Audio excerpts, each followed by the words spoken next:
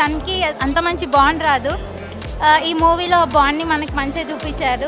Movie చూసినంతసేపు నేను మా డాడీని మిస్ అయినా. మూవీ మాత్రం చాలా అంటే చాలా బాగుంది. Thank you. ఫస్ట్ హాఫ్లో కామెడీ అయితే చాలా నచ్చింది, టైమింగ్ అంతా. సెకండ్ హాఫ్ కొంచెం ఎమోషనల్గా ఉంది, బట్ చాలా నచ్చింది మూవీ అయితే. అందరూ వెళ్ళి చూడొచ్చు. పర్ఫెక్ట్ రివ్యూ ఇవ్వాలంటే అసలు ఫ్యామిలీ ఎంటర్టైనర్. చాలా బాగుంది movie. First half it's kind. First హాఫ్లో అయితే కామెడీ సూపర్, సెకండ్ హాఫ్లో ఎమోషనల్ చాలా బాగుంది. అందరూ బాగా చేశారు. ఫస్ట్ అండ్ ఆర్కెస్ట్రా కూడా చాలా బాగుంది. మ్యూజిక్ వాల్యూస్ని, మ్యూజిక్ ఇంపార్టెన్స్ని చాలా బాగా చూపించారు మూవీలో. ఎవ్రీ బ్యాక్గ్రౌండ్ ప్లే మనకి ఏదైతే రన్ అవుతుందో ఒక మంచి ఎమోషన్ కనెక్ట్ వస్తుంది. అండ్ ఫ్రెండ్ క్యారెక్టర్ మెయిన్గా మాట్లాడుకోవాల్సింది. ఈ క్యారెక్టర్, ఆ ఫ్రెండ్ క్యారెక్టర్ చేసిన అతను కంప్లీట్లీ ఆ మూవ్ ఆన్ తీసుకెళ్ళారనమాట.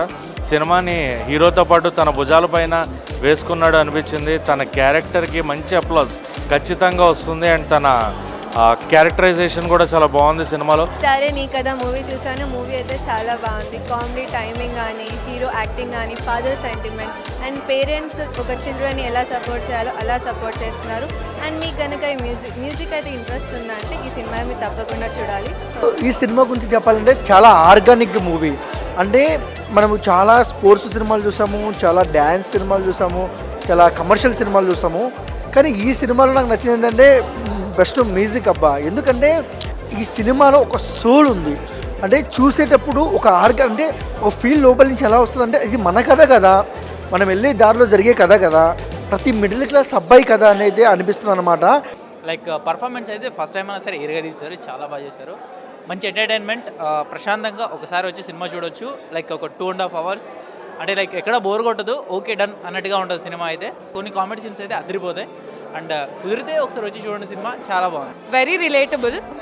తెలుగు ఇండస్ట్రీలో మాత్రం really unique script because they focused on how if parents support their kids' dreams, how it makes a difference. So I really liked that part.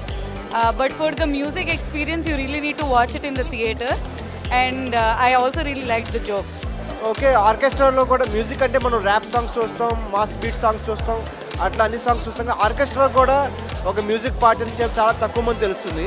So అదొకటి art. అది ఆ ఆర్ట్ని తెలుగు మూవీస్లో చాలా తక్కువ మంది టచ్ చేశారు.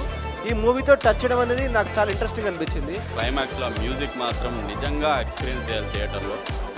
సో చాలా డీసెంట్ మూవీ, మంచి వైబ్ వచ్చింది. If you are a music lover and an orchestra lover, you will love it. And చాలామందికి ఆర్కెస్ట్రాకి బ్యాండ్కి తేడా తెలియకుండా కంపేర్ చేస్తూ ఉంటారు. But if you see this movie, orchestra ఏంటో తెలుస్తుంది.